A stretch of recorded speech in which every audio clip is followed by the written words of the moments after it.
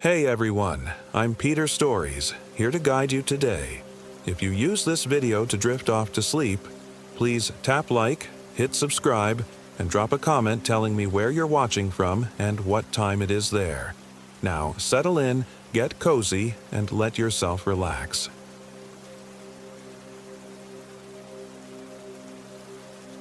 My name is Jessica Davis, and I am 32 years old. This happened in the Gila wilderness of southwestern New Mexico, near the ancient cliff dwellings that locals whisper about but rarely visit after dark. The plan had been simple enough: a week-long camping trip with my college roommate Amanda Wright and her boyfriend Kenneth Young to celebrate Amanda's promotion at the marketing firm. We'd chosen the remote Black Range Mountains specifically because Kenneth insisted we needed to disconnect from civilization and find ourselves in nature. Amanda had rolled her eyes at his granola-crunching philosophy, but I'd been eager for the escape. My recent divorce had left me feeling hollowed out, and the idea of losing myself in the wilderness seemed like exactly what I needed.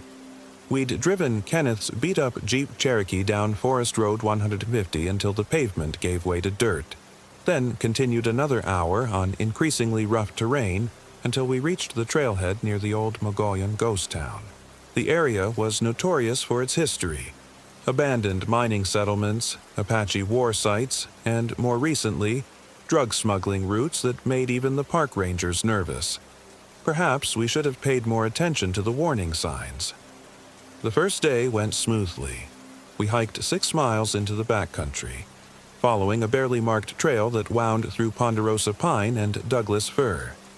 Kenneth had chosen our campsite carefully, a small clearing beside Mogollon Creek, surrounded by towering cliffs that created a natural amphitheater. The isolation was complete. We hadn't seen another soul since leaving the trailhead. "This is perfect," Amanda had said, spreading her sleeping bag on the soft pine needles. No cell service, no internet, no reminders of the real world. I'd smiled and agreed, but something about the place felt wrong from the beginning. The silence was too complete, too oppressive. Even the creek seemed muted, its usual babbling reduced to an almost whispered flow. The trees pressed in around our small clearing like dark sentinels, their branches creating shifting shadows even in full daylight. Kenneth, oblivious to my unease, busied himself setting up camp with military precision. He'd been an Eagle Scout, he'd told us repeatedly, and took pride in his outdoor expertise. He arranged our tents in a perfect triangle around the fire pit, strung rope between trees for our food cache, and began gathering kindling with methodical efficiency. "Jess, you okay?" Amanda asked, noticing my distraction. "Just tired from the hike," I lied. The truth was that I'd been fighting a growing sense of claustrophobia since we'd entered the narrow canyon. The walls seemed to loom closer with each passing hour, and I found myself glancing frequently at the darkening spaces between the trees. That first night the fire refused to catch properly. Kenneth, frustrated by his repeated failures, eventually got a small flame going, but it burned with an odd blue-green tinge that cast eerie shadows on our faces. We attributed it to the mineral content in the local wood and settled in for dinner, freeze-dried camping food that tasted like cardboard but filled our bellies. "Tomorrow, we'll hike to the cliff dwellings," Kenneth announced, consulting his topographic map by flashlight. "According to this, there's a whole complex about 3 miles upstream. Some of them date back to the 13th century. Amanda wrinkled her nose. "Aren't those places supposed to be haunted or something? I read online that the Apache won't go near them." "Superstition," Kenneth dismissed with a wave. "Though I suppose if you believe in that sort of thing, it might explain why we haven't seen any wildlife. Usually you'd expect to see deer, rabbits, maybe even elk in this area." He was right. The absence of animal life had been nagging at me all day. No bird song, no rustling in the underbrush, no tracks along the creek bed. It was as if every living thing had fled this particular valley. We turned in early, exhausted from the day's hike. I zipped myself into my tent and tried to ignore the oppressive silence outside. Just as I was drifting off to sleep, I heard it. A sound like wind chimes in the distance, delicate and musical. But there was no wind, and we were miles from any human habitation. I unzipped my tent flap and peered out. The fire had died to glowing embers, casting barely enough light to see Kenneth's tent across the clearing. Amanda's tent was dark and silent. The chiming sound came again, closer this time, and I felt the hair on my neck rise. It sounded almost like children laughing, but twisted somehow, distorted by distance or perhaps something else entirely. "Kenneth?" I whispered. "Amanda? Did you hear that?" No response. The chiming faded away, replaced by a silence so complete it felt like a physical weight pressing down on the canyon. I lay awake for hours, straining my ears for any sound, but heard nothing until dawn. Morning brought no relief from the oppressive atmosphere. I emerged from my tent feeling like I hadn't slept at all, my body aching and my mind foggy. Kenneth was already up, crouched beside the dead fire pit with a confused expression. "Strangest thing," he muttered as I approached. "The fire's been out for hours, but these ashes are still warm. And look at this." He pointed to the center of the pit, where the ashes had formed a perfect spiral pattern, as if someone had carefully arranged them while we slept. "Wind," I suggested hopefully.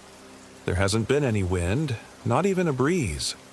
His usual confidence seemed shaken. "And Amanda's acting weird this morning. She won't talk to me." I looked over at Amanda's tent, which was still zipped shut despite the late hour. Maybe she's not feeling well. The altitude can affect people differently. Kenneth nodded, but I could see the worry in his eyes. We'd all been friends for over a decade, and Amanda was typically the first one up on camping trips, eager to start the day's adventures. "Amanda?" I called softly. "You okay in there?" A rustling sound came from inside the tent, followed by the slow rasp of a zipper. Amanda emerged, but something was immediately wrong. Her movements were too fluid, too controlled, like someone consciously thinking about each action. Her usually wild morning hair was perfectly smooth, and her clothes were wrinkle-free despite a night in a sleeping bag. "Good morning," she said, her voice flat and emotionless. She looked at Kenneth, then at me, her gaze lingering just a moment too long on each of our faces. I slept wonderfully. So peaceful here. Kenneth and I exchanged glances. Amanda was many things. Cheerful, energetic, occasionally grumpy before her morning coffee, but never peaceful or serene. "Are you feeling all right?" I asked. "You seem different." Amanda's smile was perfect, practiced, and completely unlike her natural grin. "I feel perfect, better than I have in years. This place is exactly what I needed." She moved to help Kenneth rekindle the fire, but her actions were mechanical, precise in a way that felt rehearsed rather than natural. When Kenneth handed her the camp stove to prepare breakfast, she stared at it for several seconds as if she'd never seen such a device before. "Coffee?" she finally asked, her tone making the simple question sound foreign. The morning continued in this unsettling pattern. Amanda participated in our conversations, but always seemed to be listening to something else. Her head tilted slightly as if catching sounds the rest of us couldn't hear. Her responses came a beat too late, and she frequently forgot details from our shared past. Inside jokes, college memories, even Kenneth's food allergies that she'd been carefully accommodating for 3 years of dating. "Maybe it's altitude sickness," Kenneth suggested quietly when Amanda wandered off to explore the creek. "Sometimes it can cause personality changes, confusion." I wanted to believe him, but altitude sickness didn't explain the way Amanda moved now. Too graceful, too deliberate, like someone consciously controlling a body that wasn't quite their own. And there was something else, something I couldn't quite articulate. When she looked at us, it felt like she was seeing through us rather than at us, as if we were transparent. Despite our growing unease, we decided to continue with Kenneth's plan to visit the cliff dwellings. Amanda showed unusual enthusiasm for the idea, which should have been our first warning sign. She'd always been more interested in spa weekends than archaeological sites. The hike upstream proved more difficult than expected. The creek bed was rocky and uneven, forcing us to hop from boulder to boulder while pushing through thick undergrowth.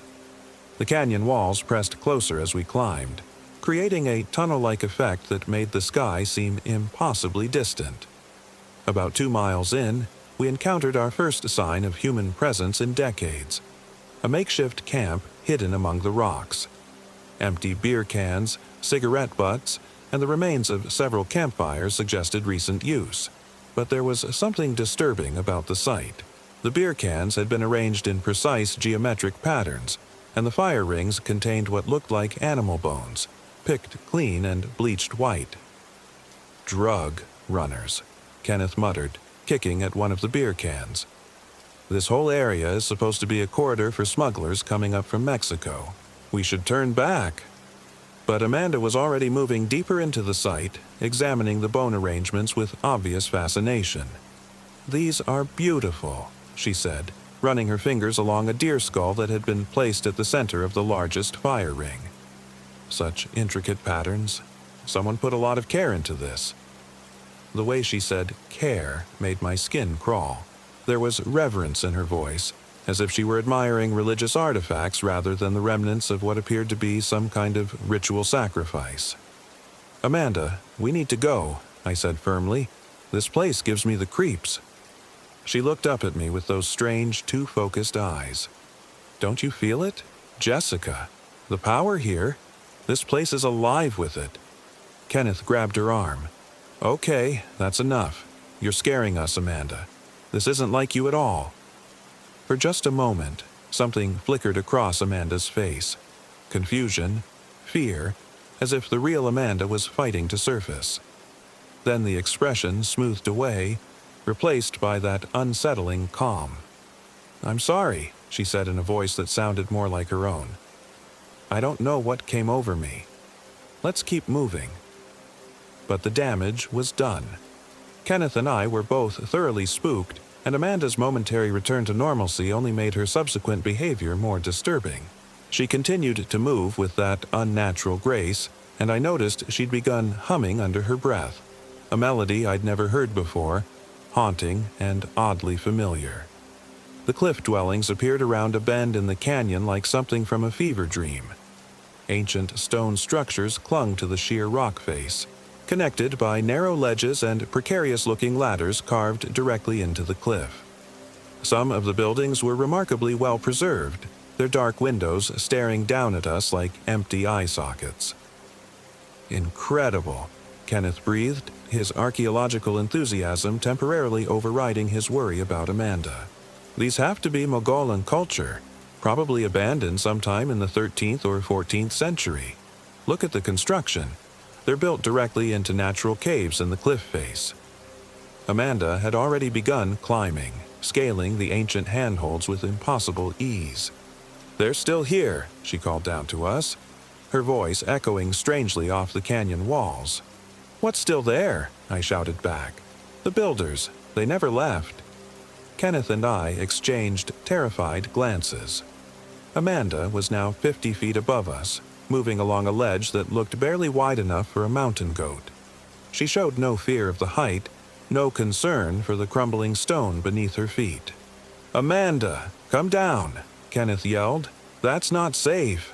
She paused and looked down at us, and for a moment I could swear there were other faces looking out through her eyes. Ancient, weathered faces with expressions of infinite patience and terrible hunger. "They've been waiting so long," she said, her voice carrying impossible distances in the thin air, waiting for someone to join them, someone to help them return. Then she disappeared into one of the larger cliff dwellings, vanishing so completely it was as if she'd never existed. Kenneth immediately began climbing, cursing as he struggled with handholds designed for people centuries dead. I followed, driven more by terror than courage, my hands shaking as I gripped the weathered stone. The cliff face was pockmarked with small holes and crevices, many of which contained objects I didn't want to examine too closely. Bundles of sticks bound with what looked like hair, small animal skulls, and smooth stones carved with symbols that hurt to look at directly.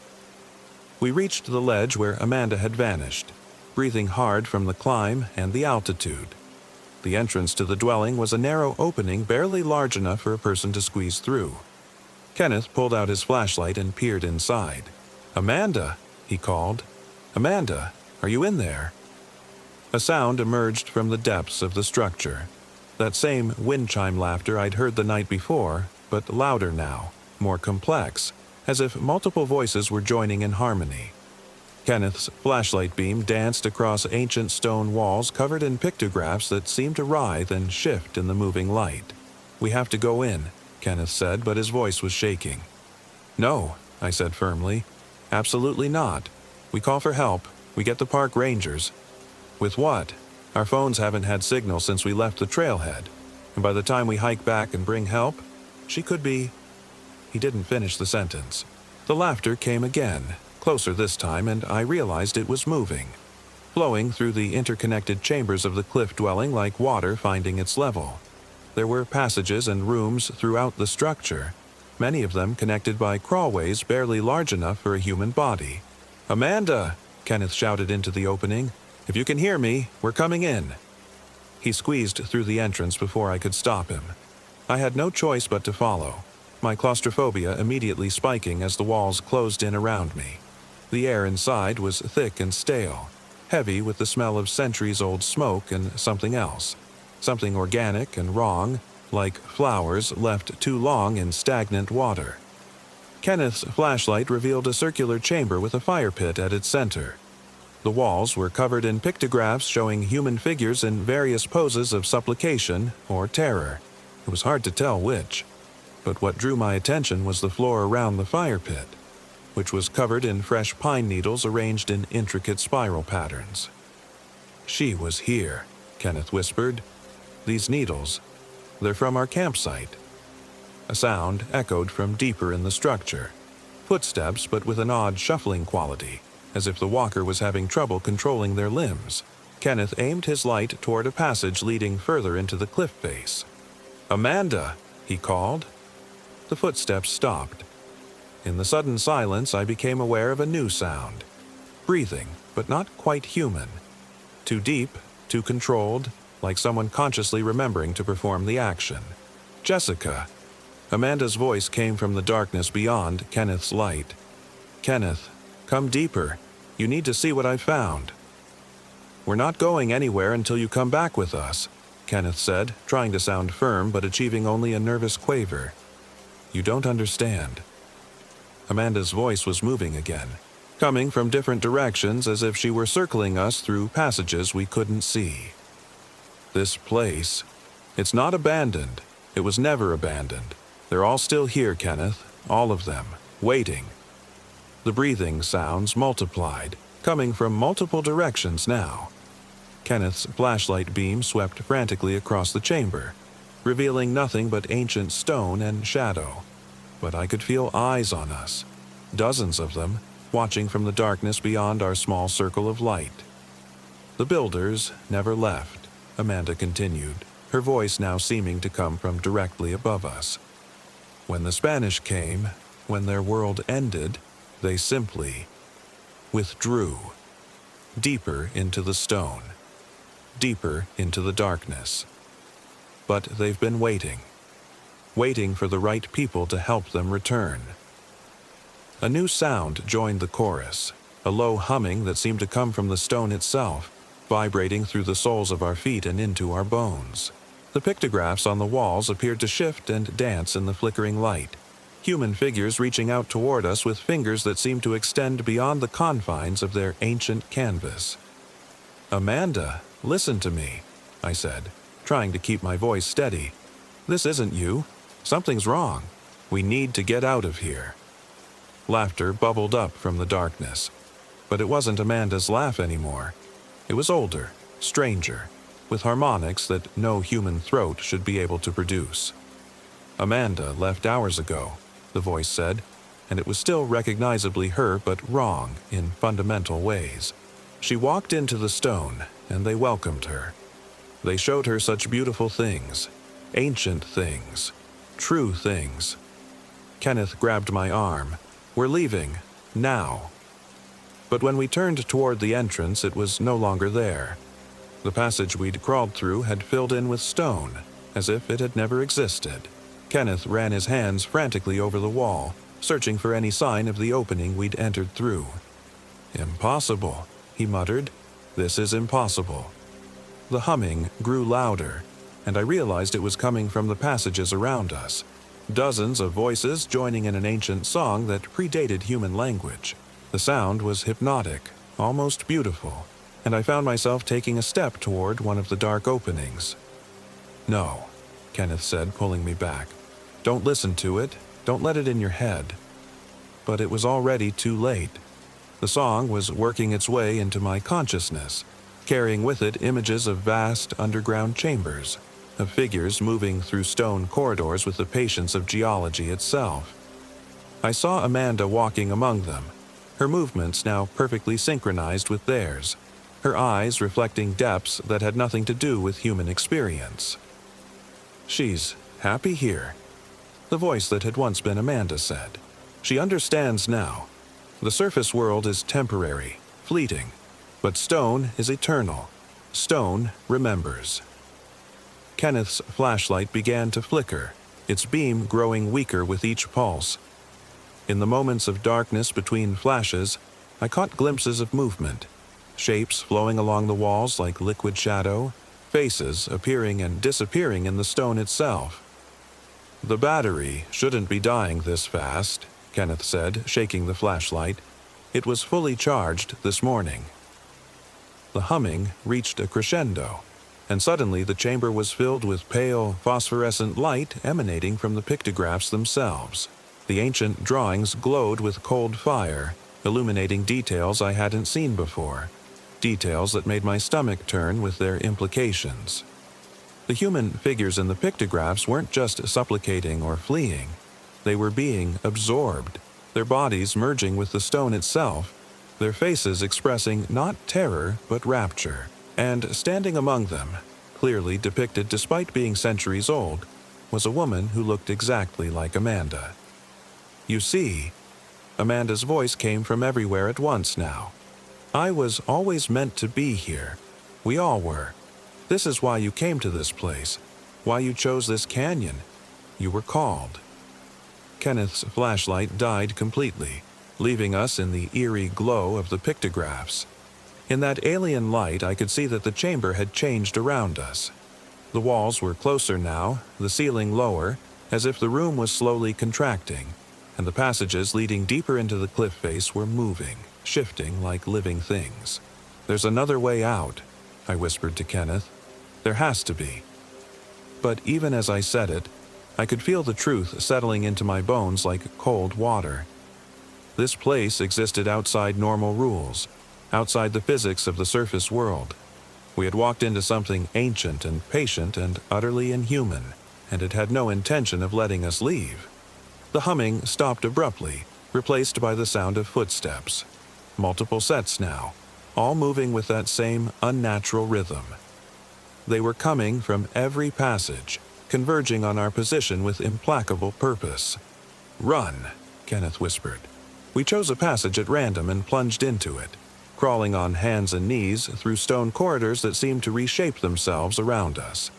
Behind us, the footsteps followed, never hurrying but never slowing, maintaining that terrible patience that spoke of infinite time and absolute certainty. The passage opened into another chamber, this one larger than the first but far more disturbing. The walls were covered not with pictographs but with what looked like faces pressed into the stone from the inside. Dozens of them, all with expressions of peaceful acceptance. And moving among them, visible in the phosphorescent glow that seemed to emanate from the rock itself, were the builders. They had once been human, centuries ago, but stone and time had changed them into something else. Their bodies were elongated, stretched by their long existence in the narrow passages of their cliff city. Their skin had taken on the color and texture of weathered sandstone, and their eyes reflected depths that spoke of unimaginable age. And walking among them, already showing the first signs of transformation, was Amanda. Her skin had begun to take on that same stone-like quality, and when she turned to look at us, her eyes held that same ancient patience. But she smiled, and for a moment she looked like herself again. "It doesn't hurt," she said, her voice now carrying harmonics of stone and wind. "The joining, it's beautiful, actually, like coming home after a long journey." "Amanda, fight this," Kenneth pleaded. "Remember who you are. Remember us." She tilted her head, considering. "I remember. College, the job, the surface world. But it all seems so temporary now, so small. Here, I am part of something eternal." The builders moved closer, their movements creating small avalanches of dust and pebbles. When they spoke, their voices were the sound of wind through stone canyons, of water wearing away rock over millennia. "She chose," they said in unison. "As you will choose. Join willingly, and the transformation is gentle. Resist, and—" They didn't need to finish. The faces in the walls, I realized, represented both possibilities. The peaceful expressions belonged to those who had accepted their fate, while others, twisted in eternal screams, showed what happened to those who fought. Kenneth grabbed my hand. "Jessica, when I say run, head for that passage." He pointed to an opening I hadn't noticed before, one that seemed to lead upward toward what might be an exit. "But Amanda is gone," he said firmly. "That's not her anymore." The builders began their humming again, and I felt its hypnotic pull trying to drag me deeper into acceptance. The sound promised peace, belonging, an end to the loneliness that had been eating at me since my divorce. Part of me wanted to walk forward, to join Amanda in her stone paradise. "Now!" Kenneth shouted. We ran, scrambling toward the upward passage as the builders' humming became a roar of anger. Stone hands reached for us, missing by inches as we dove into the narrow tunnel. Behind us, Amanda's voice rose above the others, no longer pleading, but commanding. "You cannot leave. You are chosen. You belong here." The passage was tight, forcing us to crawl on our bellies through sections barely wide enough for our bodies. My claustrophobia was in full flower now, panic making my movements clumsy and desperate. But Kenneth kept pushing forward, and the terror of what lay behind us was stronger than the fear of being trapped. After what felt like hours but was probably only minutes, we saw natural light ahead, blessed, beautiful sunlight filtering down through a crack in the cliff face. We squeezed through the opening and found ourselves on a narrow ledge high above the canyon floor, gasping the thin mountain air like it was the sweetest thing we'd ever tasted. "The packs," Kenneth said suddenly. "We need our gear." But when we made our way back to our campsite, we found it had been transformed. Our tents were gone, our supplies scattered and spoiled. The fire pit was cold, filled not with the ashes of our campfire but with what looked like centuries-old char. And carved into the bark of the surrounding trees were symbols that matched the pictographs in the cliff dwellings. "How long were we in there?" I whispered. Kenneth checked his watch, but its digital display showed only meaningless symbols. My own watch had stopped completely, its hands frozen at the moment we'd entered the first chamber. We gathered what supplies we could find: a water bottle, some energy bars that hadn't spoiled, Kenneth's knife, and began the long hike back to the trailhead. But the trail seemed different now, paths branching off in directions that hadn't existed before, landmarks appearing where they shouldn't be. It took us 3 days to find our way out of the canyon, 3 days during which we were constantly aware of being watched. Every shadow might hide ancient eyes. Every rock formation might conceal passages leading back to the cliff dwellings. At night, we heard the humming carried on the wind, distant but persistent, calling us back. When we finally reached Kenneth's Jeep, we found it covered in a fine layer of dust that suggested it had been sitting there for weeks rather than days. The engine turned over reluctantly, as if it too had been touched by the temporal distortion that surrounded the cliff dwellings. We drove straight to the sheriff's office in Socorro, but our story was met with polite skepticism. A search party was organized, but they found no trace of Amanda or the cliff dwellings we described. According to the official report, the canyon we'd camped in showed no signs of recent human habitation, and the GPS coordinates we provided led to empty air. The official conclusion was that Amanda had suffered some kind of psychological break and wandered off into the wilderness. Her body was never found. But in an area as vast and dangerous as the Gila wilderness, that wasn't particularly unusual. Kenneth and I never spoke about what really happened that weekend. We couldn't. Who would believe us? But sometimes, late at night, I dream of stone chambers and ancient songs. I dream of Amanda walking through corridors carved from living rock, her skin taking on the texture of weathered sandstone, her eyes reflecting depths that have nothing to do with human experience. And sometimes, in those dreams, I hear her calling my name, telling me how beautiful it is in the stone city, how peaceful, how eternal, reminding me that I was chosen, that there's still a place waiting for me in the depths of the cliff face. I've moved 3 times since that weekend, always farther from New Mexico, always farther from the desert canyons that still call to me in my sleep. But distance doesn't matter to something that exists outside of normal space and time. The builders are patient. They have all the time in the world, and sometimes when the wind is right and the night is still, I can hear their humming carried on the air, getting closer each time, reminding me that you can run from many things, but you cannot run from a choice that was made for you centuries before you were born. The stone remembers, and it's waiting for me to come home.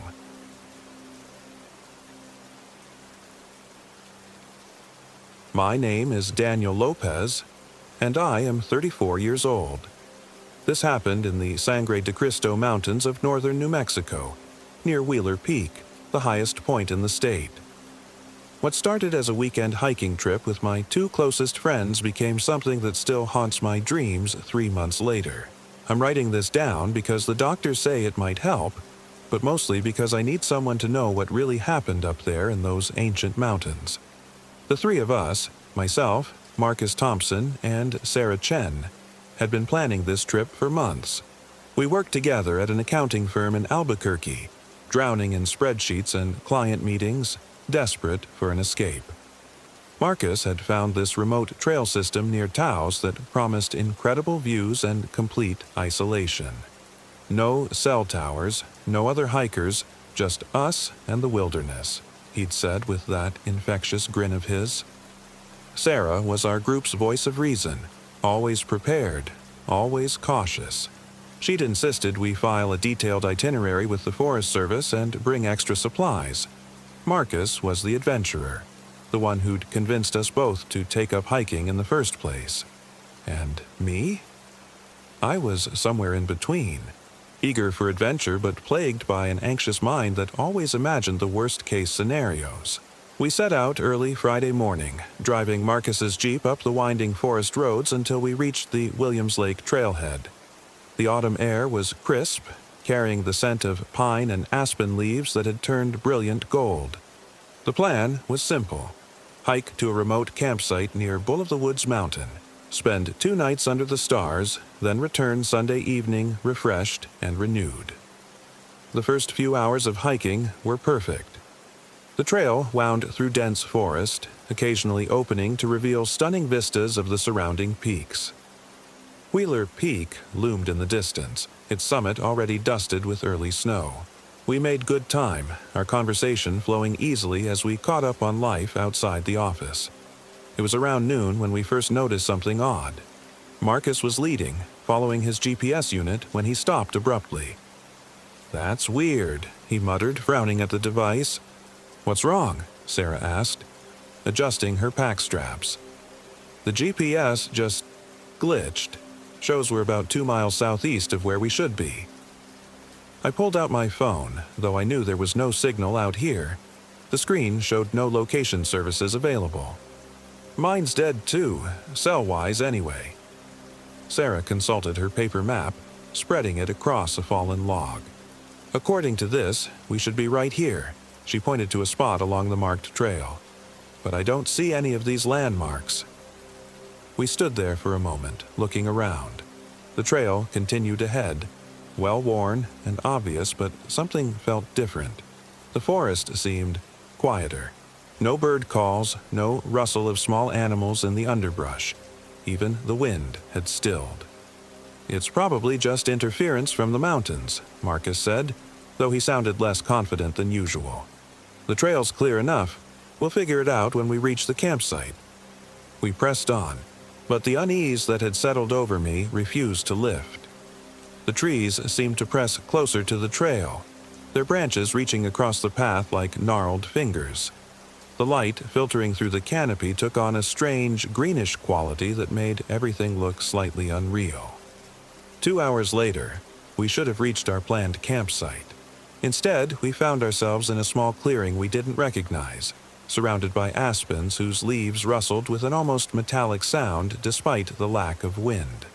The trees bore strange markings, not natural scarring or carved initials, but deep gouges that formed patterns too deliberate to be random, yet too alien to be meaningful. "This isn't right," Sarah said, her voice tight with concern. "We should have hit the campsite an hour ago." Marcus was checking his GPS again, shaking it like that might help. "This thing is completely scrambled now. Shows us in 3 different locations depending on which way I point it." The shadows were growing longer, and I could feel the temperature dropping as afternoon turned toward evening. "We need to make camp soon," I said. "We can figure out where we are in the morning." Sarah nodded reluctantly. "This clearing will have to do. At least there's a water source." She pointed to a small stream that bubbled cheerfully along the clearing's eastern edge, the only normal sound in this unnaturally quiet place. We set up camp efficiently, our practiced routine providing some comfort in the growing strangeness. Marcus gathered firewood, while Sarah and I pitched the tents. As darkness fell, we built a fire and heated our freeze-dried meals, trying to maintain the cheerful camping atmosphere we'd planned for. But the fire wouldn't behave normally. The flames kept shifting from orange to deep blue, then back again, casting weird shadows that seemed to move independently of the flames themselves. The wood hissed and popped, but the sounds were wrong somehow. Too sharp, too rhythmic, almost like whispers. "Is it just me? Or does this fire sound like it's trying to talk?" Sarah asked, her attempt at humor falling flat. Marcus poked at the logs with a stick, sending up a shower of sparks that hung in the air longer than they should have. "Probably just the altitude affecting our perception. We're pretty high up." I wanted to believe him, but the rational part of my mind, the part that had made me good at my job, was cataloging all the inconsistencies. The GPS malfunction, the misplaced landmarks, the unnatural quiet, the strange fire. None of it made sense individually, but together they painted a picture I didn't want to acknowledge. We tried to maintain normal conversation as we ate, but it became increasingly forced. The darkness beyond our fire seemed absolute, impenetrable, as if the light couldn't travel more than a few feet before being swallowed. Even stranger, I couldn't shake the feeling that something was watching us from that darkness, patient and interested. "I think I'll turn in early," Sarah announced around 9 o'clock. "Maybe things will make more sense in the morning." Marcus and I agreed, though neither of us seemed eager to leave the fire's uncertain protection. We banked the coals and retreated to our respective tents, Sarah in her solo tent, Marcus and I sharing the larger 2-person shelter we'd brought. I lay in my sleeping bag, listening to the sounds of the night, or rather, the absence of sounds. No owls hooting, no small creatures scurrying through the underbrush, no insects buzzing. Just an oppressive silence that pressed against my eardrums like water pressure. Sometime around midnight, I was jolted awake by a sound that shouldn't exist. A low, melodic humming that seemed to come from everywhere and nowhere. I lay perfectly still, straining to locate its source, but it seemed to emanate from the very air around us. Marcus was still asleep beside me, breathing deeply and evenly. I considered waking him, but decided against it. Maybe I was just having an anxiety attack. The stress of work, the strange day, the unfamiliar environment, it all could be playing tricks on my mind. But then I heard Sarah's voice, very quietly, coming from outside her tent. "Daniel, Marcus, are you awake?" I unzipped my sleeping bag and crawled to the tent entrance. "I'm awake. You hear that humming too?" "Yes," she whispered back. "And there's something else. Look at the fire." I poked my head out of the tent and immediately felt my breath catch. Our carefully banked fire had somehow rekindled itself into a roaring blaze, the flames dancing 10 feet high and casting shifting shadows that seemed to move with purpose. But that wasn't the most disturbing part. Standing at the edge of the firelight was a figure. At first glance, it looked like a person, tall, thin, wearing what might have been old hiking clothes.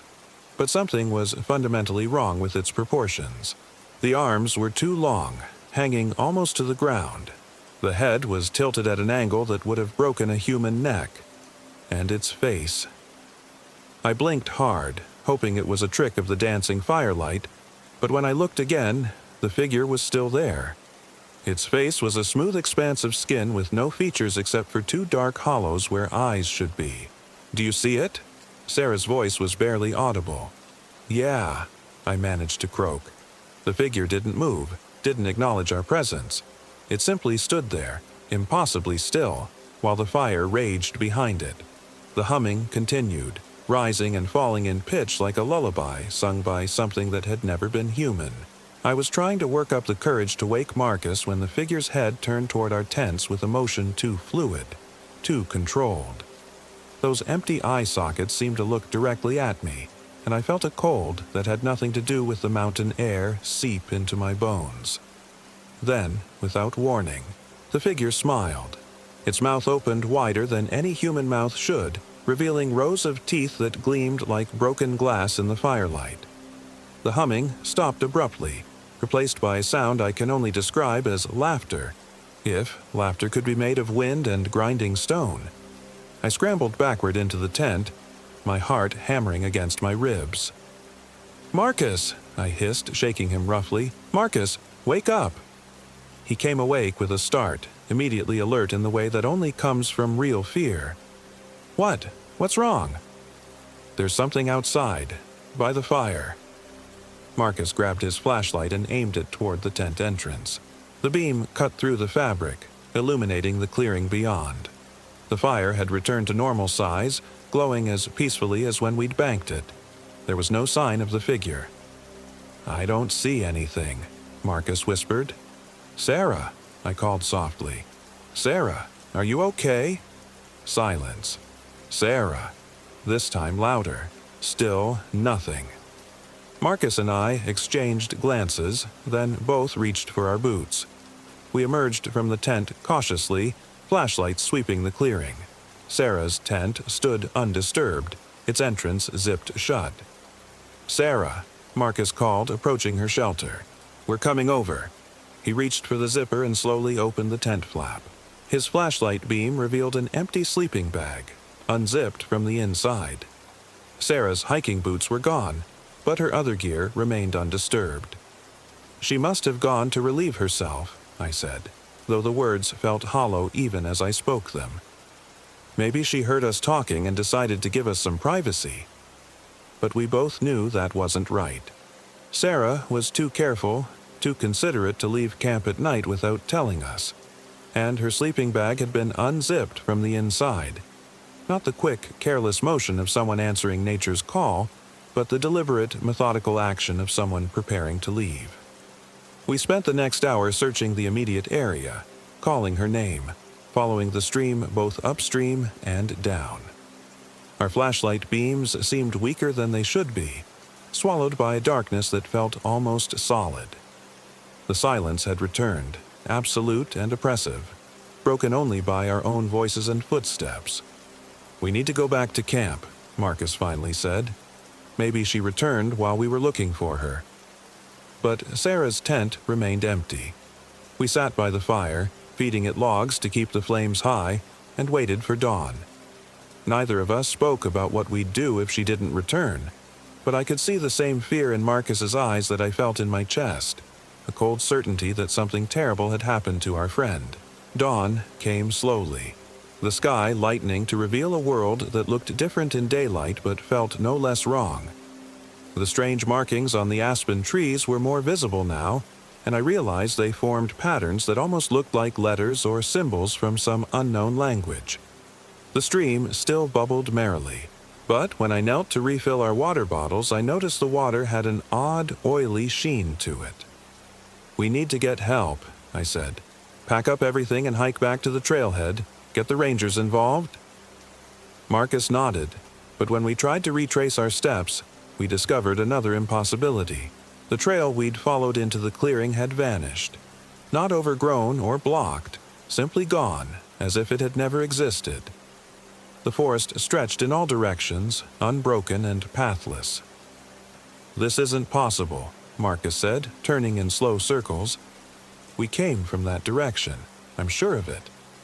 I pulled out the compass from my pack, but the needle spun wildly, unable to find magnetic north. My watch had stopped at 3:33 a.m. Marcus's phone showed no signal and a battery that was somehow completely drained despite being fully charged the night before. We were trapped. For the next several hours we tried to find a way out of the clearing, but every direction led deeper into forest that grew increasingly strange and hostile. The trees seemed to shift position when we weren't looking directly at them. Paths would appear ahead of us, only to disappear when we tried to follow them. And always, there was the feeling of being watched by something patient and malevolent. By afternoon, exhaustion and fear had worn us down to raw nerves. We'd returned to the clearing to rest and regroup, sitting beside the stream that now seemed to be our only source of fresh water, despite its unsettling appearance. "Daniel," Marcus said suddenly, his voice strange and distant. "Look." I followed his gaze to the tree line and felt my blood turn to ice. Sarah was walking toward us from between the aspens, moving with her characteristic, careful gait. She was wearing the same clothes she'd had on the night before, and at first glance she looked perfectly normal. But something was wrong. She approached without calling out to us, without showing any of the relief or urgency someone would display after being lost in the wilderness for 12 hours. Her expression was serene, almost peaceful, and she was smiling, a wide, constant smile that never wavered. "Sarah!" Marcus jumped to his feet, jumped too. "Thank God! Where have you been? We've been looking everywhere for you." She stopped about 10 feet away, still smiling that unnatural smile. When she spoke, her voice was Sarah's, but the cadence was wrong, too measured and precise. "I went for a walk," she said simply. "I met some friends." "Friends?" I stood slowly, every instinct screaming that something was fundamentally wrong with our companion. "What friends? There's no one else out here." Sarah's head tilted slightly, the movement too sharp, too controlled. "Oh, but there are. So many friends. They've been waiting for visitors for such a long time." Marcus stepped toward her, relief evident on his face. "Sarah, you're scaring us. Are you hurt? You've been gone all night." "Have I?" Sarah's smile grew wider, revealing teeth that seemed too white, too sharp. "Time moves differently here. I've learned so much." I grabbed Marcus's arm. "That's not Sarah," I whispered. He looked at me like I'd lost my mind. "What are you talking about? Of course it's Sarah." But I was studying the thing that looked like our friend, cataloging the wrongness I couldn't quite articulate. The way she stood too still, without the small unconscious movements that mark a living person. The way her clothes showed no signs of wear despite a night in the wilderness. The way her eyes, when the light hit them right, reflected like an animal's.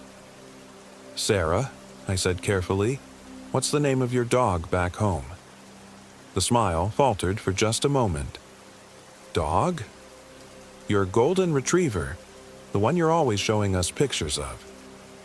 Sarah's expression went blank, then the smile returned, wider than before. "I don't have a dog." But Sarah Chen had been obsessed with her dog Buddy. She talked about him constantly, showed us photos weekly, worried about leaving him with pet sitters. She would never, ever forget him. "Marcus," I said urgently, "that's not Sarah." The thing wearing Sarah's face turned its attention to me, and for a moment, I saw something ancient and hungry looking out through her eyes. "Of course I'm Sarah," it said, but the voice was wrong now, too deep, with an echo that seemed to come from underground caverns. Marcus was staring at both of us, confusion and fear warring on his face. "I don't understand. Sarah, what's wrong with your voice?" The false Sarah began walking toward us again, her movements becoming more fluid, more predatory. "Nothing's wrong. I'm just different now. Better. My new friends taught me so much about this place, about hunger that's lasted centuries, about visitors who never leave." I backed away, pulling Marcus with me. "We need to run. Now." But Marcus shook me off. "You're being paranoid, Daniel. She's probably in shock or hypothermic or something. Sarah, let's get you warmed up by the fire." The thing that wasn't Sarah laughed, a sound like breaking glass and dying animals. "Yes, Marcus. Come closer. Let me show you what I've learned." As she moved toward him, her form seemed to shift and blur at the edges. Her face remained Sarah's, but her body stretched and distorted, becoming something that had never been human. Her fingers elongated into claws, her spine curved and twisted, and her smile revealed rows of needle-sharp teeth. Marcus finally saw what I'd been trying to tell him. He stumbled backward, his face white with terror. "What the hell are you?" "I'm your friend," the creature said in Sarah's voice, now distorted by an inhuman throat. "I'm here to help you join us, to become part of the hunger that lives in these mountains." I grabbed Marcus's hand and ran. Behind us, the thing that had worn Sarah's face let out a howl that seemed to shake the very trees. But worse than the sound was what followed. The sound of pursuit, of something moving through the forest with impossible speed and agility. We crashed through the underbrush, no longer caring about trails or direction, focused only on putting distance between ourselves and that abomination. Branches tore at our clothes and faces, roots caught our feet, but we kept running until our lungs burned and our legs trembled with exhaustion. When we finally stopped, gasping and shaking, we found ourselves in another clearing, this one smaller and darker than our campsite, ringed by trees so tall their tops disappeared into shadow. The ground was covered with what looked like bones, bleached white and scattered like discarded toys. "Jesus Christ," Marcus whispered, staring at the grisly display. "Are those human?" I knelt beside the nearest skull, my stomach churning. It was definitely human, but wrong somehow, too elongated, with eye sockets that were too large and a jaw that protruded too far. Other bones showed similar distortions, as if they'd belonged to people who'd been changed into something else before they died. "We need to keep moving," I said, though I had no idea where we could go. The forest seemed infinite, a maze designed to trap and confuse. Every direction looked the same, and I was beginning to suspect that the normal rules of geography didn't apply in this place. As if summoned by my thoughts, Sarah's voice drifted through the trees. "Daniel? Marcus? Where are you? I'm sorry I frightened you. Come back to camp. I have so much to show you." The voice was perfectly normal now, filled with concern and confusion, exactly how the real Sarah would sound if she'd found our abandoned campsite and was searching for us. But I knew better. Whatever had taken Sarah's form was still hunting us, using her voice as bait. Marcus looked at me desperately. What if that really is Sarah? What if we imagined the other stuff? What if she was just disoriented and we abandoned her? "Look around," I said, gesturing at the bone field. "Does this look like the kind of place where innocent confusion happens?" The voice came again, closer now. "Please, I'm scared. I don't know what happened to me last night, but I'm myself again. I need help." For a moment, I almost believed it. The voice was so perfectly Sarah's, filled with exactly the right amount of fear and vulnerability. If I hadn't seen the thing she'd become, hadn't noticed the impossible details that marked her as something else, I might have called out to her. Instead, I grabbed Marcus and led him deeper into the bone clearing. On the far side, barely visible through the gathering dusk, I could see what might have been another path. But as we picked our way through the scattered remains, the bones began to move. At first, I thought it was just my imagination, shadows and fear playing tricks on my eyes. But then a rib cage rolled over. Vertebrae began stacking themselves into spinal columns, and finger bones scuttled across the ground like pale spiders. The bones were reassembling themselves, knitting together into forms that had never existed in nature. Skeletal creatures rose from the clearing's floor, some vaguely human, others utterly alien, all wrong in ways that made my eyes water to look at them directly. "This isn't real," Marcus said, his voice high and tight with panic. "This can't be real." But the bone creatures were very real, and they were surrounding us. They moved with unnatural grace, their joints clicking and scraping with sounds like castanets made of grave dirt. Empty eye sockets tracked our movements, and jaws opened to reveal darkness deeper than the night. Sarah's voice called out again, now coming from multiple directions at once. "Don't run from me. Don't run from us. We've been so lonely up here, so very hungry." The bone creatures began closing in, and I realized we had nowhere left to run. The clearing was surrounded, and beyond it, the forest stretched endlessly in all directions. We were trapped in a nightmare that followed no earthly rules. That's when I saw it. A break in the circle of bone creatures, a gap just wide enough for two people to squeeze through if they moved fast enough. Beyond it, the path I'd spotted earlier was more visible now, marked by stones that glowed with a faint phosphorescent light. "There," I pointed. "We can make it if we run now." Marcus nodded, his face set with desperate determination. We sprinted toward the gap, bone creatures reaching for us with claws made of sharpened finger bones. One of them caught the back of my jacket, tearing the fabric but missing my skin by inches.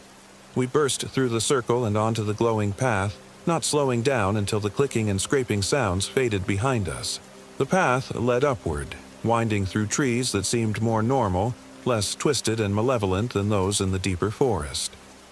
After what felt like hours of climbing, we emerged onto a rocky outcrop that looked familiar. In the distance, I could see the distinctive silhouette of Wheeler Peak, and beyond it, the lights of civilization. "We're close," I gasped. "I think we're almost back to the real world." But Marcus wasn't looking at the view. He was staring back down the path we'd climbed, his face white with terror. "Daniel," he whispered. "Look." I turned and saw them. Dozens of figures climbing the path behind us. They moved with that same fluid, inhuman grace I'd seen in the thing that had pretended to be Sarah. Some wore the faces of hikers and campers, others appeared as local residents in outdated clothing, but all of them had the same empty eye sockets and predatory smiles. At their head was Sarah, or the thing that had taken her form. It waved at us cheerfully, as if we were old friends meeting for a pleasant hike. "You can't escape," she called, her voice carrying impossible distances. "This mountain has been our home for so long. We know every trail, every hiding place, and we're so very hungry for new friends." I looked around desperately, searching for another escape route. The outcrop was essentially a dead end, with steep cliffs on three sides and the army of creatures approaching from the fourth. Below us, hundreds of feet down, I could see the forest spreading out like a dark ocean. "We have to jump," I said. Marcus stared at me like I'd lost my mind. "That's a death drop." "Look at them," I pointed to the approaching figures. "Whatever they're going to do to us is worse than a quick death from falling." The creatures were getting closer, close enough that I could see the details of their stolen faces. Some had been people once, hikers and campers who'd vanished in these mountains over the years. Others were older, much older, wearing the clothes of settlers and native peoples from centuries past.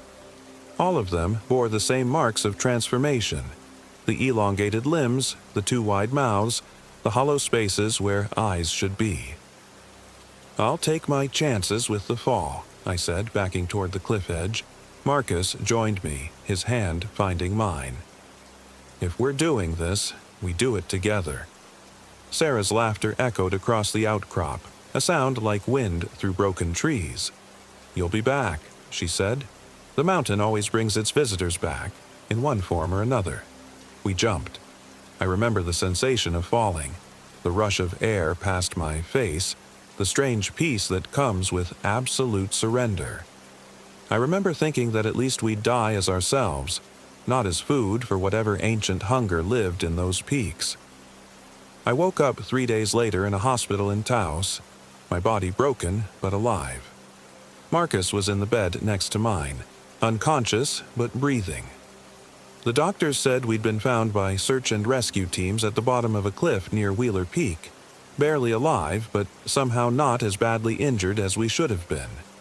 They asked about Sarah, of course.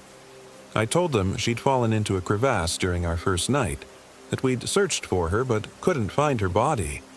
It was partly true. The Sarah we'd known was gone, consumed by something that had taken her form and memories. Marcus recovered faster than I did, at least physically. But when he was ready to talk, I could see the same haunted look in his eyes that I saw in my own reflection. We compared our memories carefully, afraid that trauma and injury might have distorted what we'd experienced. But our stories matched in every detail. The impossible geography, the bone creatures, the thing that had worn Sarah's face, the ancient hunger that lived in the high places of New Mexico. The official report listed Sarah Chen as missing, presumed dead due to accident or exposure. Search teams combed the area around Wheeler Peak for weeks but found no trace of her. Eventually, the search was called off, and Sarah became another statistic, one of dozens of people who disappear in the wilderness each year without explanation. Marcus and I never spoke about what really happened to anyone else. Who would believe us? Instead, we quietly left our jobs and moved away from New Mexico. I relocated to Oregon, as far from those mountains as I could manage. Marcus went east, settling in Vermont where the peaks are older, more settled, less hungry. But sometimes, on clear nights when the moon is dark, I'll get a phone call. The caller ID shows Sarah's number, which should be impossible since her phone was never found. When I answer, I hear her voice, exactly as it was in life, asking when I'm coming back to visit. "The mountains miss you, Daniel," she always says. "We all do. There's so much more to see up here, so much more to become." I hang up every time, but the calls keep coming. And sometimes I'll catch myself looking at maps of New Mexico, tracing the trails around Wheeler Peak, remembering the impossible beauty of those high places. The rational part of my mind knows it's just trauma, my brain trying to process an experience that doesn't fit into any normal framework.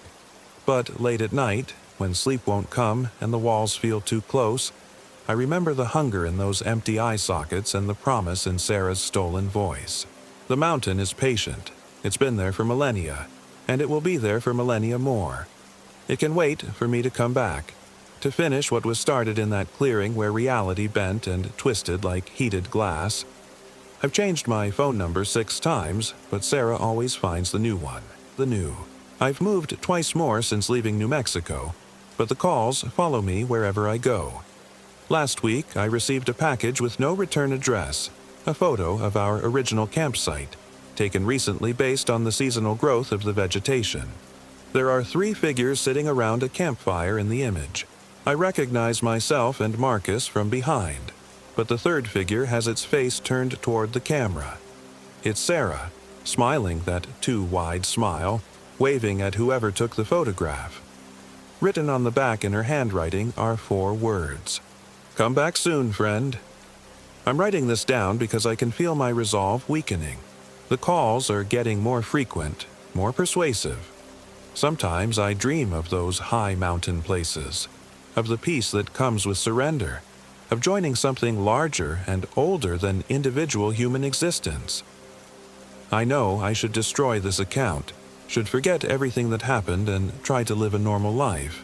But if I disappear, when I disappear, I want someone to know what really happened up there in the Sangre de Cristo Mountains. I want them to know that some places are hungry, and that hunger doesn't distinguish between the willing and the unwilling. If you're reading this, it means I've gone back. Don't try to find me. Don't go looking for answers in those high places where the air is thin and reality grows flexible. Some mysteries are better left unsolved, some hungers better left unfed. The mountain is patient, but it is not kind, and Sarah is still waiting for her friends to come home.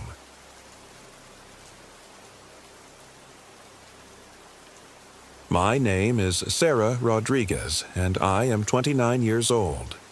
This happened in the remote wilderness near Bandelier National Monument in New Mexico, where the ancient ancestral Puebloan ruins dot the landscape like broken teeth against the desert sky.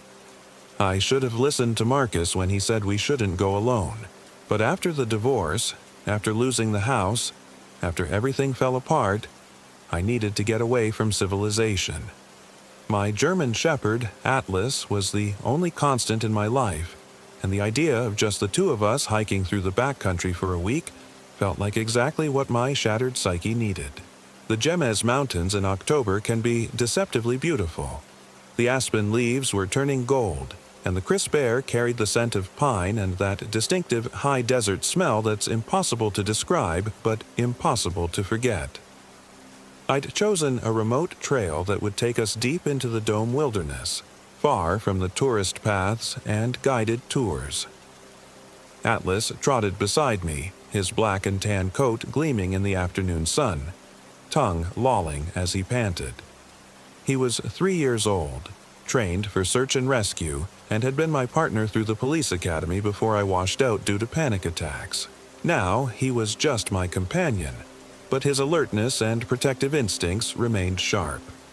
The first day passed without incident. We hiked 12 miles through terrain that shifted from ponderosa pine forests to juniper-dotted mesas. I set up camp in a small clearing surrounded by towering cliffs, their red sandstone faces carved with ancient petroglyphs that seemed to watch us with hollow eyes. The silence was profound.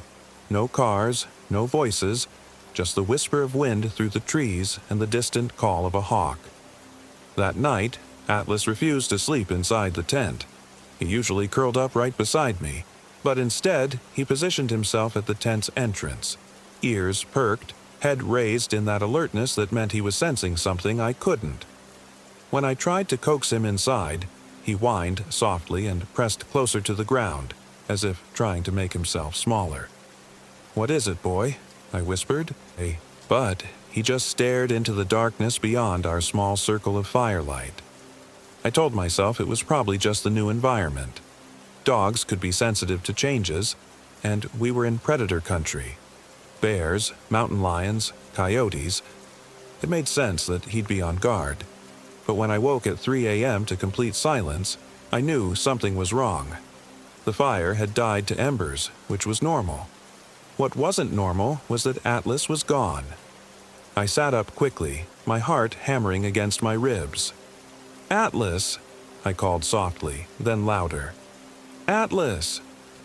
A low whine came from somewhere beyond the firelight. I grabbed my flashlight and unzipped the tent, stepping into the cold night air in just my underwear and hiking boots. The beam of light swept across the clearing, catching the reflection of two eyes about 30 feet away. Atlas sat perfectly still at the edge of the tree line, staring at me. But something was wrong with his posture. He was too rigid, too unnatural. When I called his name again, he didn't move, didn't wag his tail, didn't acknowledge me at all. "Atlas, come here, boy." He stood then, and my blood turned to ice water. His movement was wrong, too fluid, too deliberate. Dogs don't move like that. As he approached, I kept the flashlight trained on him, and I could see that while he looked like Atlas, while every marking and feature was identical, his eyes were completely black. Not just the pupils, the entire eye, sclera, and all, like someone had filled them with ink. I stumbled backward, tripping over the tent guy lines. You're not. The thing that looked like Atlas tilted its head in a perfectly canine gesture, but the movement was too sharp, too angular. When it opened its mouth, instead of a normal dog pant, It spoke in a voice that was almost human, but not quite, like someone trying to imitate speech through a mouthful of gravel. "Sarah," it said, and my name sounded wrong in that not-quite voice. "Why are you afraid of me?" I scrambled for the pepper spray in my pack, my hands shaking so badly I could barely work the zipper. The Atlas thing took another step closer, its head still cocked at that unnatural angle. "I'm your good boy," it continued, and now I could hear the cruel mimicry in its tone. "Don't you love me anymore?" "Where is he?" I screamed. "Where's my dog?" The thing that wasn't Atlas smiled. Actually smiled, which was perhaps the most horrifying thing yet, because dogs don't smile like that, with too many teeth and too much deliberate malice. "I am him," it said. "I am exactly him. Every memory, every trick you taught him, every time he comforted you when you cried yourself to sleep. I know how you taste when you're sad." That last sentence hit me like a physical blow. Atlas had a habit of licking my face when I cried, a gentle comfort that had gotten me through so many dark nights. The idea that this thing knew that, had somehow absorbed that intimate knowledge, made me feel violated in a way I couldn't articulate. I fumbled with the pepper spray, got it pointed in the right direction, and pressed the trigger. The stream caught the fake Atlas full in the face, and it let out a sound that was part dog yelp, part human scream, and part something else entirely, something that belonged in nightmares. But instead of backing away, it laughed. "That stings," it said, blinking those horrible black eyes. "But pain is just sensation, and I have so many sensations to share with you." I ran. I crashed through the underbrush in my underwear, branches tearing at my skin, rocks cutting my feet through the inadequate hiking boots.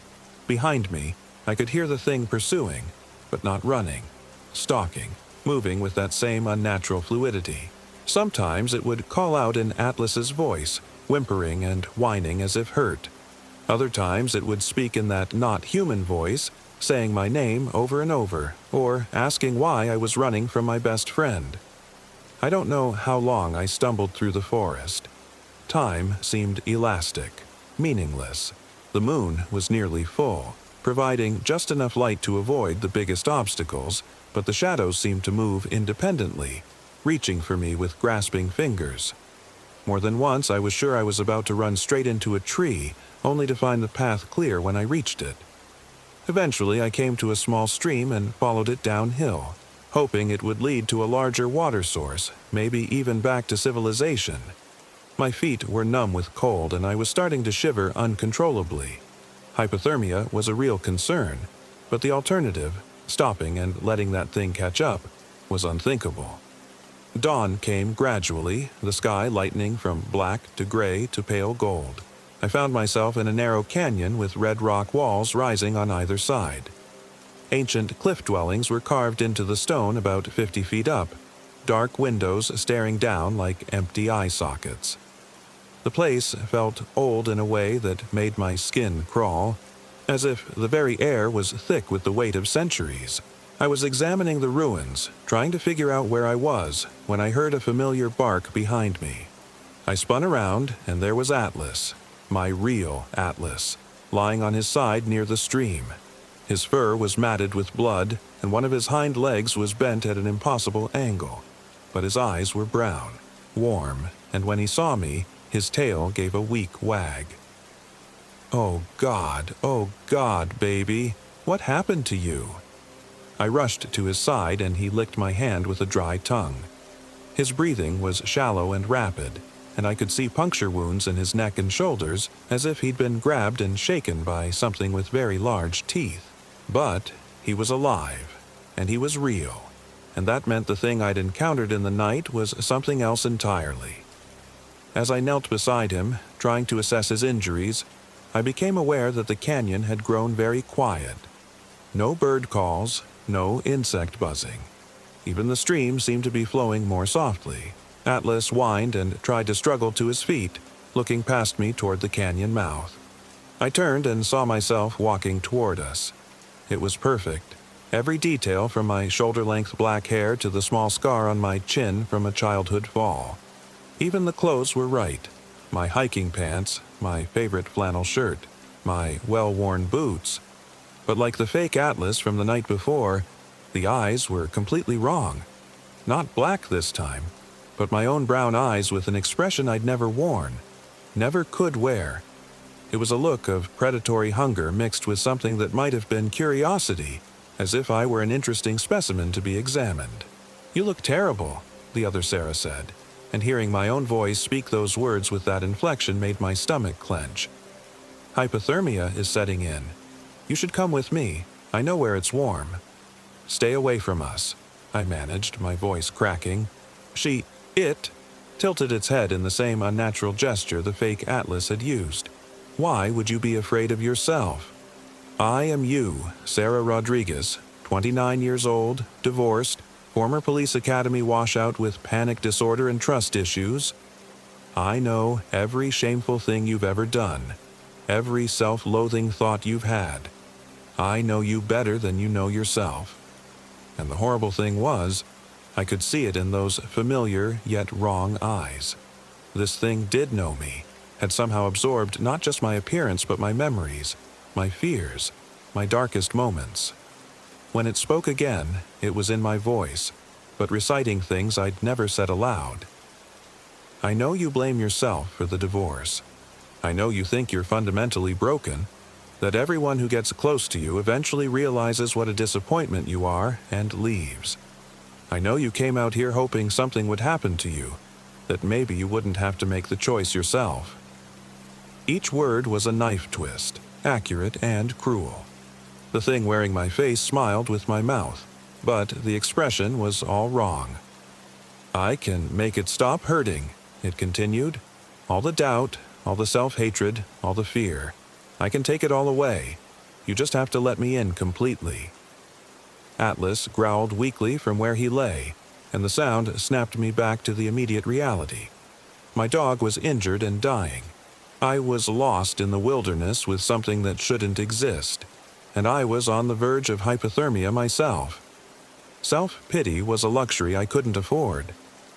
"Go to hell," I said, surprised by the steadiness in my own voice. The thing laughed with my laugh, but there was something else underneath it, something that sounded like wind through a graveyard. "Hell is other people, Sarah. Hell is being trapped inside your own head with all your failures and inadequacies. I'm offering you a way out." That's when I noticed the smell, not the clean scent of pine and stone that had filled the canyon moments before, but something rotten and sweet, like flowers left too long in stagnant water. The fake Sarah took a step closer, and I could see that while her appearance was perfect, she cast no shadow despite the morning sun. I scooped Atlas up as gently as I could, ignoring his yelp of pain, and started backing toward the cliff wall. There had to be a way up to those ancient dwellings, some kind of handholds carved into the rock. If I could get us up there, maybe we'd have a defensible position, or at least buy some time. "You can't run forever," the other me called. "This is my place now, my territory.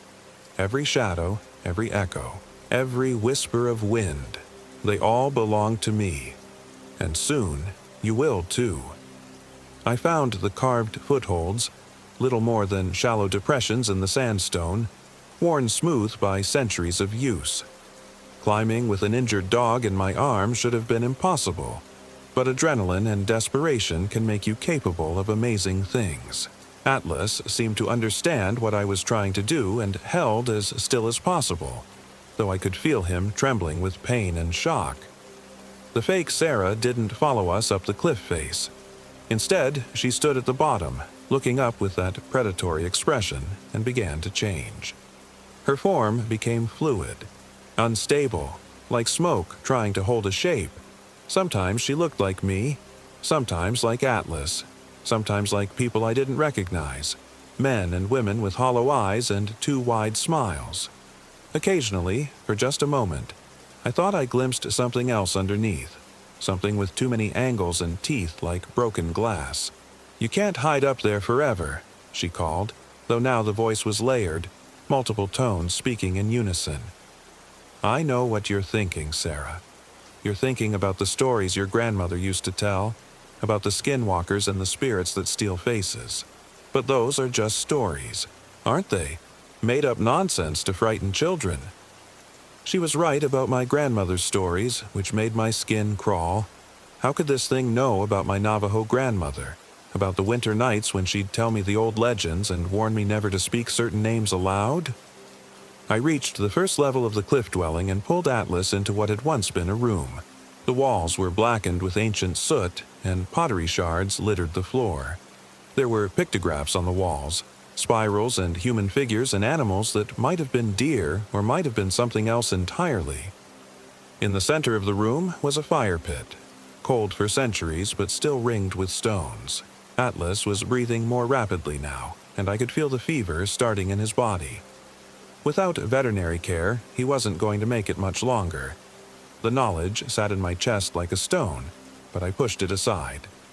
First, we had to survive whatever was hunting us. I explored the connected rooms, looking for another way out, or at least a more defensible position. The dwelling was larger than it had appeared from below, a complex maze of chambers and passages carved directly into the cliff face. Some rooms had tiny windows that looked out over the canyon. Others were completely dark, filled with that profound silence that only comes from being surrounded by tons of rock. In one of the back chambers, I found something that made my blood freeze. Bones. Human bones, arranged in careful patterns on the floor. Not ancient, these had scraps of modern clothing still attached. Bright synthetic fabrics that stood out against the red stone like warning flags. A hiking boot, relatively new. A watch with a cracked face, and in the center of it all, a pile of driver's licenses and credit cards. I picked up one of the licenses with shaking hands. Jennifer Williams, age 34, from Albuquerque. The photo showed a smiling woman with short blonde hair and laugh lines around her eyes. The expiration date was next year. There were dozens of them. Men and women of all ages, all with that same cheerful vacation photo look that suggested they'd been hiking or camping when whatever happened to them happened. The most recent was dated just 2 weeks ago. Atlas whimpered softly, and I realized I'd been standing there for several minutes, staring at the evidence of other people who'd encountered the thing now wearing my face. People who'd trusted the wrong shadow, followed the wrong voice, let something get close enough to steal their shapes before discarding the originals like empty shells. I heard footsteps outside, my own footsteps, the familiar pattern of my gait echoing off the canyon walls. The thing had figured out how to climb after all. "Sarah?" My own voice called from somewhere in the outer chambers. "I found you. We need to talk." I clutched Atlas closer and moved deeper into the dwelling, looking for a place to hide or make a stand. The passages seemed to go on forever, twisting and branching like a maze. Some led to dead ends. Others opened onto sheer drops that would be fatal if you missed a step in the dark. "I know you're here," the fake Sarah continued, her voice echoing strangely in the stone corridors. "I can smell your fear. It's delicious, you know. All that terror and self-doubt, seasoned with just a hint of hope. You still think you might get out of this alive." I found a chamber that felt more defensible.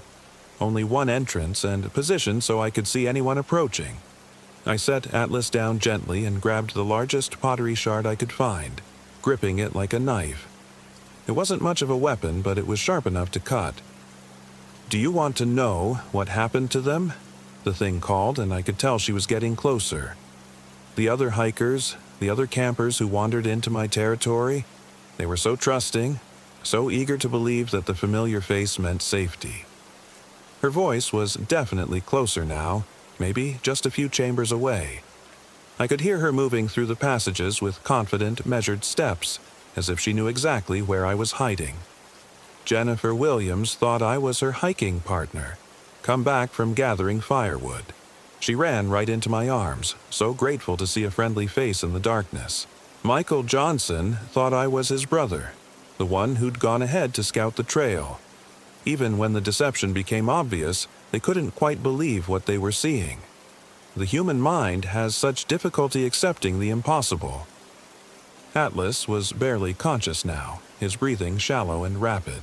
I stroked his head and whispered that everything would be okay, though we both knew it was a lie. "Found you," the fake Sarah said, and there she was in the chamber entrance, still wearing my face but now openly grinning with too many teeth.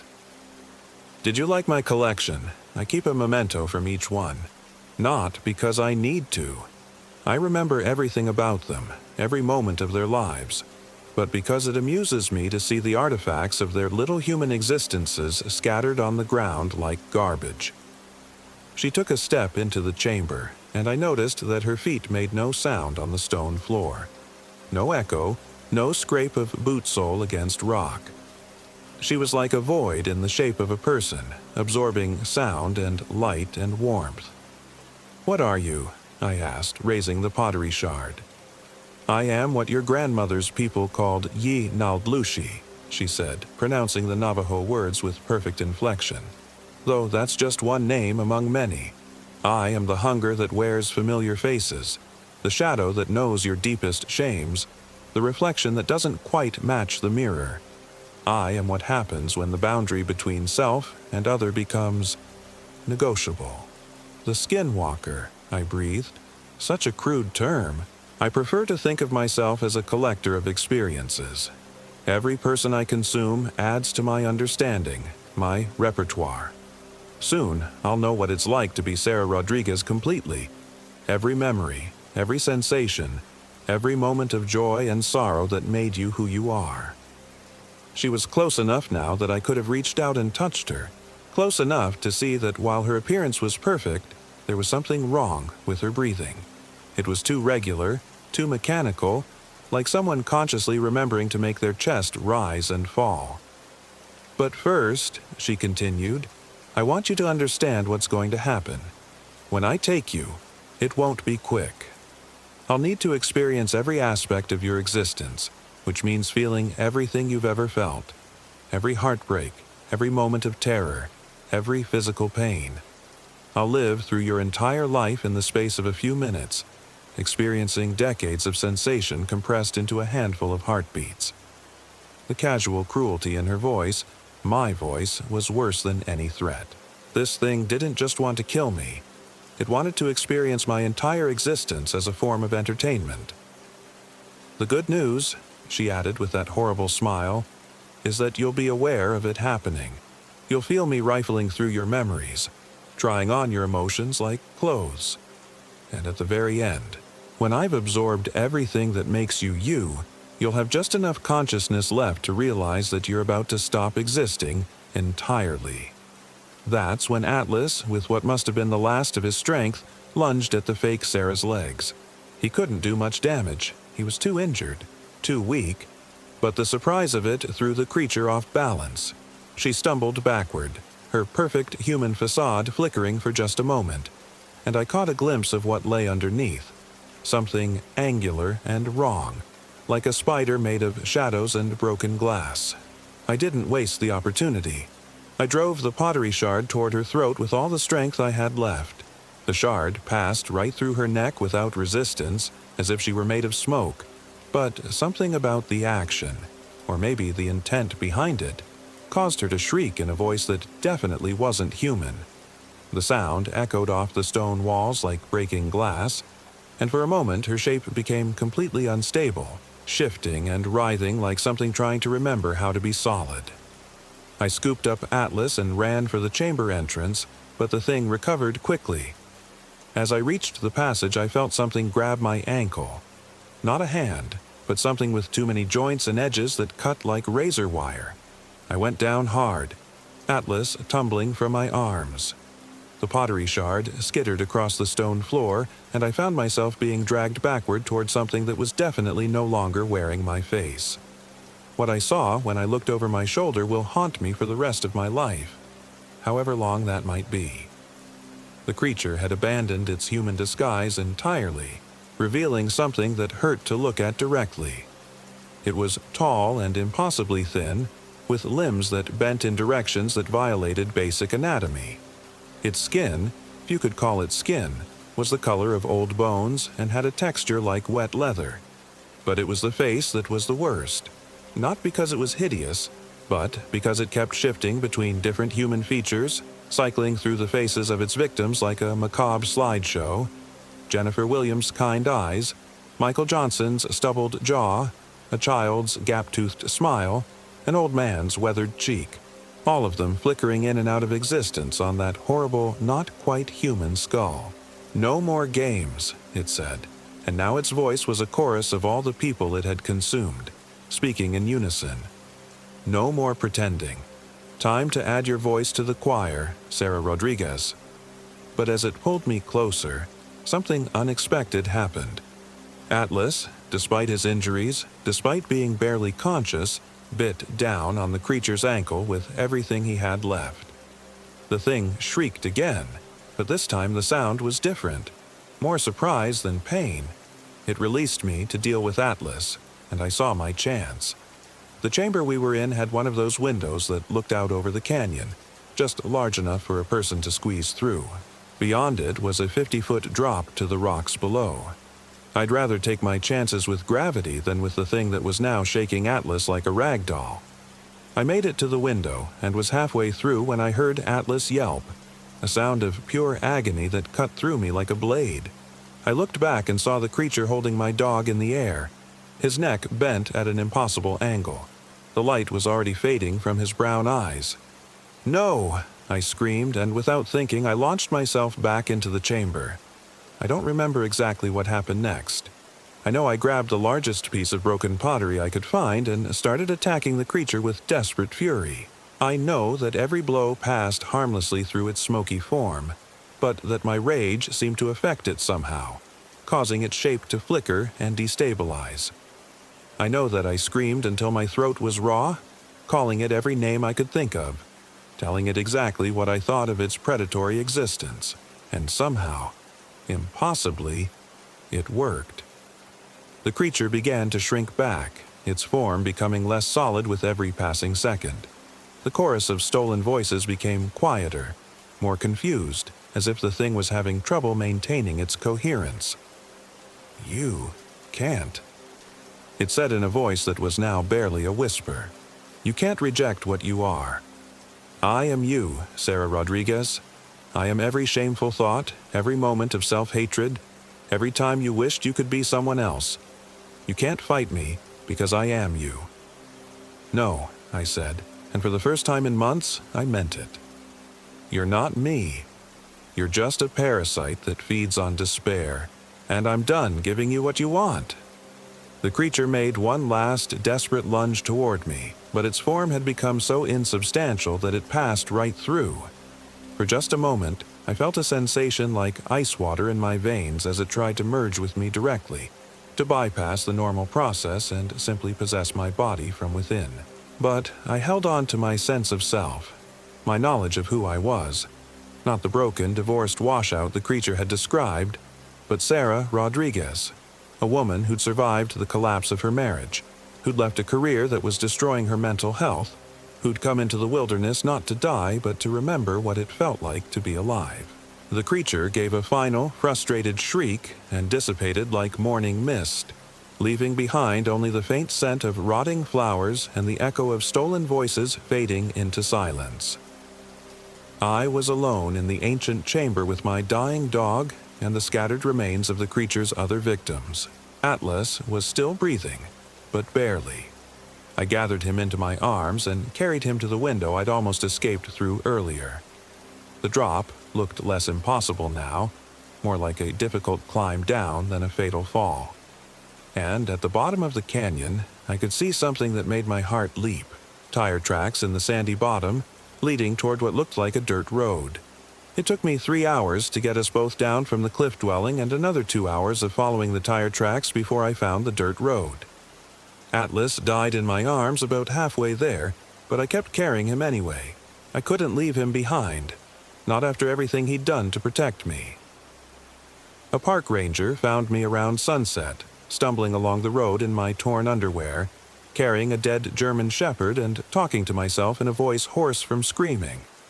They said I was suffering from severe hypothermia and dehydration. that I was probably hallucinating from exposure and trauma. I let them believe that. It was easier than trying to explain about the thing that wore faces like masks, about the ancient evil that fed on despair and loneliness. They treated my cuts and scrapes, gave me warm clothes and hot food, and eventually released me with a recommendation to see a therapist about my wilderness trauma experience. But here's the thing, I did see a therapist, and it helped. Not because I told her about the skinwalker, I never told anyone about that, but because facing that creature had forced me to confront something important about myself. The thing had tried to consume me by reflecting all my worst thoughts and fears back at me, and it had almost succeeded. But in the end, I'd chosen to fight for who I was rather than surrender to who I was afraid I might be. I still have nightmares sometimes. I still catch myself looking too closely at mirrors, checking to make sure my reflection is moving exactly as it should. And I never go camping alone anymore. The wilderness is beautiful, but it's also full of hungry things that wear familiar faces and speak with stolen voices. But I'm alive, and Atlas didn't die for nothing. He saved me not just from the creature, but from the part of myself that would have let it win. Sometimes the most important battles are fought not against external monsters, but against the versions of ourselves that we're most afraid of becoming.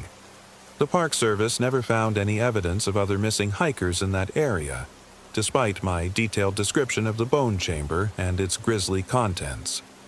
They said the cliff dwellings I described didn't match any known archaeological sites in the region. According to their records, I was found on a well-traveled ranger road less than 5 miles from the main visitor center, not deep in the backcountry wilderness as I remembered. But I know what I saw. I know what I survived. And sometimes, late at night when the wind howls through the trees outside my apartment, I swear I can still hear it calling my name in my own voice, asking why I ran away from myself.